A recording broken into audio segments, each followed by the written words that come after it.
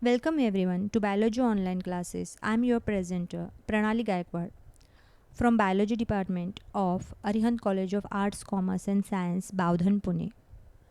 Today I am in front of you with one of an important topic from 12th board as well as from NEET point of view, that is blood composition and coagulation.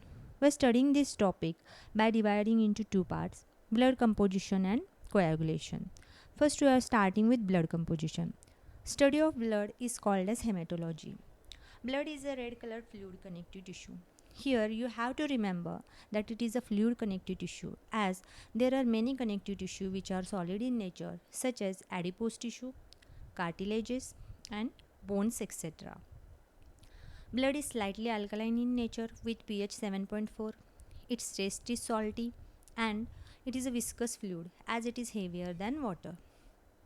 Blood has two main components, fluid plasma, which constitutes about 55%, and formed element, that is blood cells, 45%. Again, these two elements can be separated by each other by a method called as centrifugation. Now, what is centrifugation? It is a technique which involves the centrifugal force to separate particles from the solution according to their size and shape. Here is a mind map which shows that whole blood constituents of plasma and formed elements. We'll see plasma in detail in next slide. And formed elements are again divided into three parts, leukocytes, which are called as WBCs, platelets and erythrocytes, which are also called as RBCs. Leukocytes are again divided into granulocytes and agranulocytes. Granulocytes are of three types, neutrophils, basophils, eosinophils. And agranulocytes are of two types, lymphocytes and monocytes. We'll see all these points in details in our further slides. Plasma. Plasma is a straw colored alkaline viscous fluid.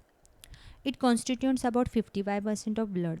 Plasma consists of 90% of water. As you see in this diagram, plasma look like a watery substance, and these are the red blood cells, and this layer is called as white blood cells layer or platelets. Plasma consists of 90% of water, then 10% of other substances are present. From those 10%, 7 to 8% constituents are proteins. Albumin, globulin, prothrombin, fibrinogen and properdin are the proteins which are present in plasma. Other than that are inorganic salts like sodium, potassium, magnesium, calcium, iron, etc. are also present. As you all know that inorganic salt performs a very basic function, an important function in cell, which are related to nerve impulses, heart functioning, muscle contraction, which leads to further development. Other components include 1 to 2% of food glucose, amino acids, fatty acids, triglycerides. Food glucose are nothing but monomers of carbohydrates, amino acids are monomers of proteins, and fatty acids and glycerides are the monomers of lipids. Plasma also contains wastes such as urea, uric acid, creatinine, etc. There are also regulators present in plasma in some minute amount, which are hormones, enzymes and vitamins. All these work with each other's cooperation for regulation. Anticoagulants, cholesterol and antibodies. Other than these, dissolved gases like oxygen, carbon dioxide and nitrogen are also present in plasma. This is all about plasma. As we have divided blood into two components, plasma and formed element. Plasma we have studied already. And what are the formed elements? The blood cells that are produced in the body are collectively called as formed elements. Human blood contains three types of formed elements. Red blood corpuscles, which are also called as RBCs or erythrocytes. White blood corpuscles, WBCs or leukocytes, and platelets. We are going to study one by one all these components. First of all, red blood corpuscles, which is also called as erythrocytes. Erythrocytes are the most abundant cells in the human body. They are circular, biconcave and enucleated. From this slide you can see that these are circular, biconcave. This is biconcave nature. And there is no nucleus present, hence they are called as enucleated. Red color of RBCs is due to oxygen carrying pigment hemoglobin. Hemoglobin gives red color to RBCs as it contains a pigment. The average lifespan of RBC is 120 days. After that, the old and worn out RBCs are destroyed in liver and spleen. The process of formation of RBC is called as erythropoiesis. Now, this formation process occurs in different organs. These organs are called as erythropoietic organ. An erythropoietic organ for adult and fetus are different. For fetus, it is liver and spleen, and in adult, it is mainly red bone marrow. In red bone marrow, there is formation of RBCs takes place. Average number of RBCs. In male, average number of RBC is about 5.1 to 5.8 million per mm cube. And this average number of RBC in female is 4.3 to 5.2 million per mm cube. Now, normal average count is this for male and female, but there are some conditions where the number of RBCs increase beyond the normal or decrease below the normal. Now these conditions are again termed with different names. Condition with increase in number of RBCs is called as polycythemia, and decrease in number of RBCs than normal range is called as erythrocytopenia. Erythrocytes are responsible for transport of respiratory gases like oxygen and carbon dioxide, maintaining pH and viscosity of blood. These are the structures of RBCs: biconcave disc-like structure with no nucleus, and they have a pigment hemoglobin, due to which its color is red. Next slide. Let's move to the next slide. We are studying formed element step by step. First formed element is RBCs. Second is WBCs, which is also called as leukocytes. WBCs are white blood corpuscles. Leukocytes are colorless, nucleated. In RBCs are devoid of nucleus, and WBCs or leukocytes are with nucleus. Irregular in shape. As you see, RBCs are spherical with biconcave surface, disc-like surfaces, but leukocytes are irregular cells. They show polymorphism. Now what is polymorphism? Polymorphism means having two or more than two different forms. These leukocytes are present in more than two forms. Hence those are also called as polymorphisms. A normal adult has an average 5,000 to 11,000 WBCs per mm cube of blood. This is an average range of WBCs.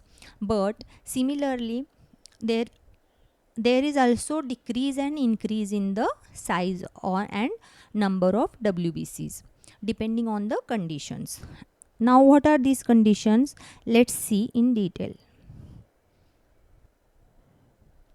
Decrease in number of WBCs is called as leukopenia, and this condition is observed in the patients of HIV, AIDS and TB.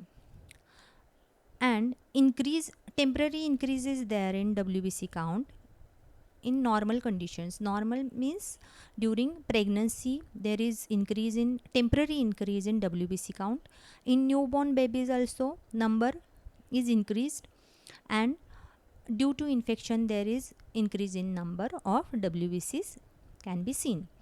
Now uncontrolled increase is also there, which is abnormal, and this uncontrolled increase in number of WBCs is a type of blood cancer which is called as leukemia. WBCs are mainly concerned with defense mechanism.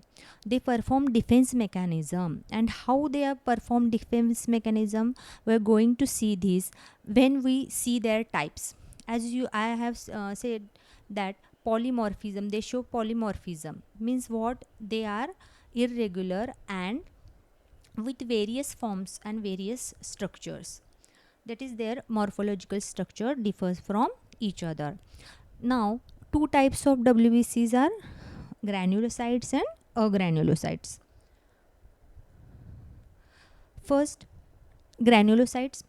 These are the WBCs with granular cytoplasm. Their cytoplasm is granular, hence they are granulocytes and are called as polymorphonuclear leukocytes. Polymorpho means their nucleus has various morphological structures, forms. Hence, they are also called as polymorphonuclear leukocytes, which is nothing but PMN.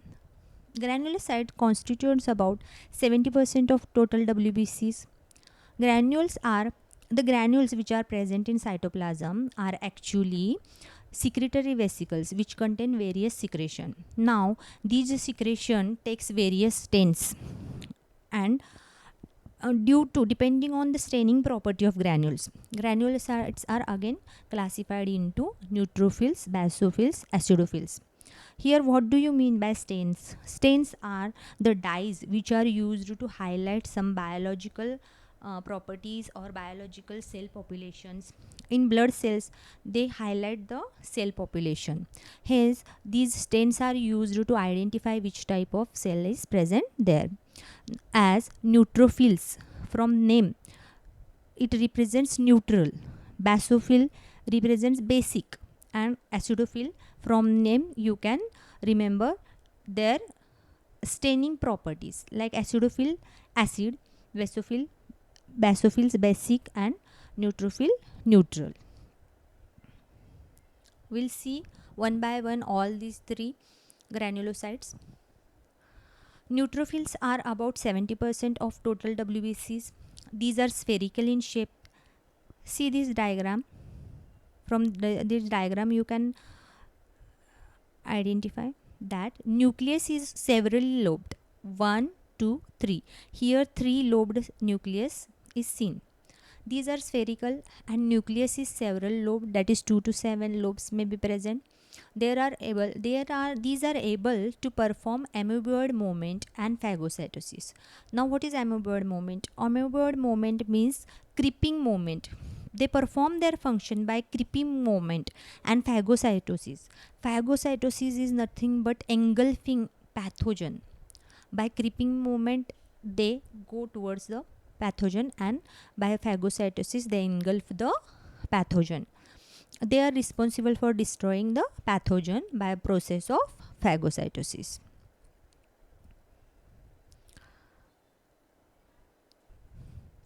Now, second granulocyte is basophils or cyanophils. Basophils are about 0.5 to 1% of total WBCs. Their nucleus is twisted. From this diagram, you can see that their nucleus is twisted. It is having like fold-like structures, and these cells stain with basic stain like methylene blue. They get stained by basic stains like methylene blue. Hence, these are also called as basophils. They are present in infected and allergic conditions only. Basophils secrete heparin, histamine, and serotonin. As they are present in infection and allergic condition, they secrete histamine. Histamine is seen with allergic related reactions. Next is granulocytes. Next granulocyte is eosinophil or acidophils. Eosinophils are about 1 to 3% of the total WBCs. Nucleus is bilobed. See this. Bi means 2 and lobes. This is the nucleus with 2 lobes. And here you can see these granules, very prominent granules. These granules consist of lysosomal secretions or lysosomal granules, and are stained with red color with the acidic stain like eosin. Hence, these are called as acidophils. Their number also increases in allergic condition and they show antihistaminic properties. They are also responsible for detoxification. Their function is like their number increases in allergic and conditions, and they are responsible for detoxification. Now WBCs, agranulocytes. In granulocytes you have seen three types: neutrophils, basophils and eosinophil or acidophil. And in what is agranulocyte? When leukocyte cytoplasm is devoid of or without granules, it is called as agranulocytes. There are about 28% of total WBCs. Nuclei of agranulocytes are large in size but not lobulated like that of granulocytes. As you see in all these structures, there is twisted nucleus in basophils, there is bilobed structure of nucleus in acidophils, and there is 2 to 7 lobed structure in neutrophils. But in agranulocyte, the nuclei is large in size but it's not lobulated. There are two types of agranulocytes: lymphocytes and monocytes. Now, what is lymphocytes? These are smallest of WBCs with large spherical nucleus. Their nucleus is large and spherical in shape. They don't show lobulated nucleus. It constitutes about 25 to 30% of the total WBCs. There are again two types of lymphocytes. Don't get confused. There are two types of WBCs, granulocytes and agranulocytes. In agranulocytes, there are again two types: lymphocytes and monocyte. And in lymphocyte, there are beta lymphocytes and T lymphocytes. Now, what is B lymphocytes? B lymphocytes mature in bone marrow and are responsible for antibody production. There are two types of lymphocytes. B lymphocytes mature in bone marrow and are responsible for antibody production, and T lymphocytes mature in thymus and are responsible for cell mediated immunity. Subtypes of T lymphocytes are helper T cells, killer T cells, memory T cells, suppressor T cells.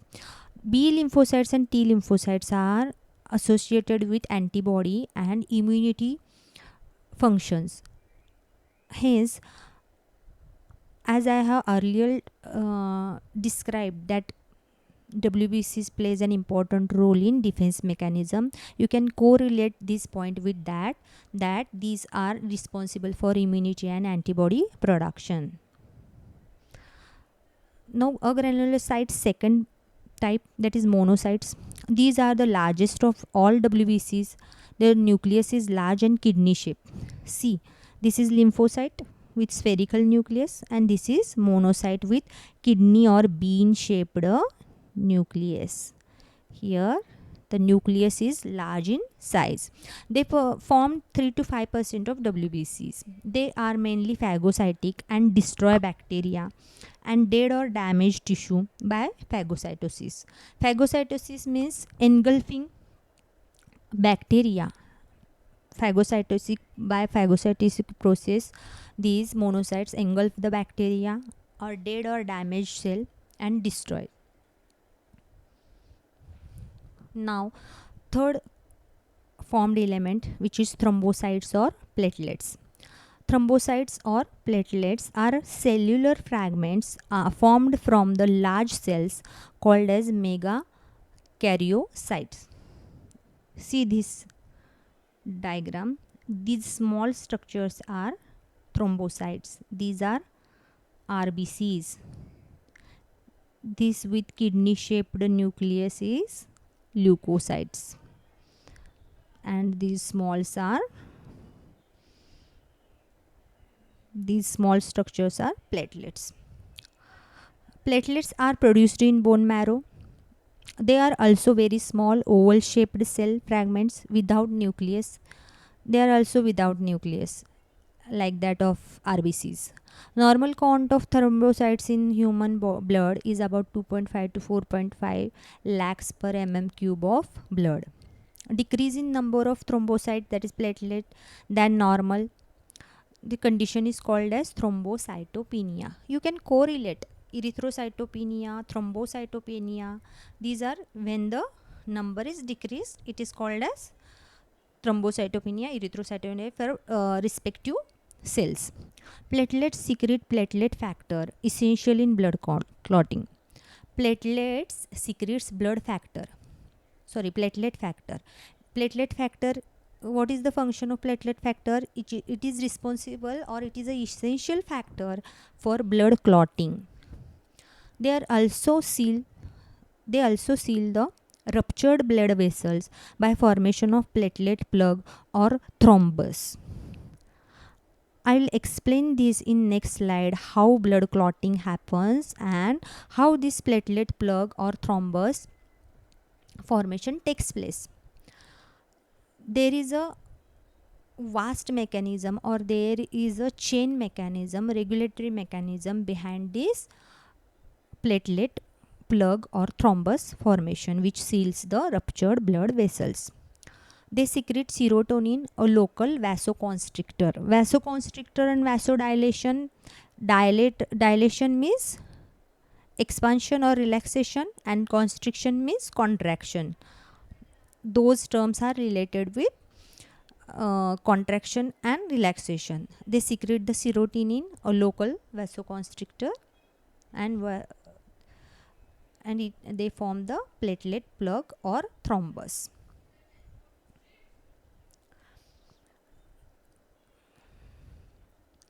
Now we are heading towards the coagulation of blood. What is clotting and what is the mechanism behind the clotting? Clotting is the process of converting liquid blood into solid form. Liquid blood gets converted into solid form, that is called as clotting. This process may be initiated by intrinsic processes or with extrinsic processes. Now, what are the intrinsic processes and what are the extrinsic processes due to which there is clotting process starts? Damage of blood vessels is an intrinsic process. Damage to the blood vessels, it is an intrinsic process, while damage to tissues, it is an extrinsic process, as blood vessels are internal organs than the tissues. Hence, intrinsic and extrinsic, like this, their division happens. These processes involve interaction of various substances called clotting factors by a stepwise or cascade mechanism. Clotting process involves interaction. There is a interaction between clotting factors, stepwise or cascade mechanism. What is stepwise or cascade mechanism? You can see this mechanism, that one component is essential for working of other component. One component controls the process by controlling the formation of other component. All these factors are correlated with each other. Hence, it is also called as cascade mechanism. Clotting factors are 12 in number, 1 to 13. If I say that 1 to 13, how could its number be 12? This is the question. So, see, factor 6 is not in active use. Hence, there are 12 clotting factors. Let's see the mechanism of clotting. Platelets and injured tissues release thromboplastin. I'll explain with this diagram. See, this is epidermis and there is injured tissue. This is wound formation. This is injury. What happens when there is an injury? Platelets and injured tissues release thromboplastin. Injured tissues and platelets which accumulate towards the injured tissue. See, these platelets collected near the injury release thromboplastin. Now this thromboplastin initiates the formation of enzyme prothrombinase in blood. Thromboplastin is responsible for initiation of formation of prothrombinase. ASE suffix is there. From that you can identify that this is an enzyme in blood. Then prothrombinase, which is an enzyme in presence of calcium ion, converts in active plasma protein which is called as prothrombin. For this it requires prothrombinase and calcium ion converts the active plasma protein prothrombin into active thrombin. Prothrombin gets converted into thrombin. Each step is dependent on the previous step. Then this prothrombin converts the soluble fibrinogen into insoluble fibrin. We want insoluble fibrin so that there is a mesh like structure on the wound. So soluble fibrinogen get converted into insoluble fibrin. Now these fibrin fibers enmesh the platelets, blood cells and plasma to form clot. See from this diagram, these red blood cells, platelets trap in fibrin mesh to form a clot. See this structure, platelets, red blood cells accumulate and form all this chain of reaction. First prothrombin activator and calcium ion, then blood protein prothrombin to thrombin, thrombin split fibrinogen to fibrin, fibrin fibers form a mesh over the wound, fibrinogen is soluble and fibrin is insoluble, bleeding stops as it enmeshes the wound site, clot hardens and becomes smaller, new cells grow to repair the wound site. New cells grow to repair this wound site. Enzyme plasmin is released to dissolve the clot. This is the mechanism.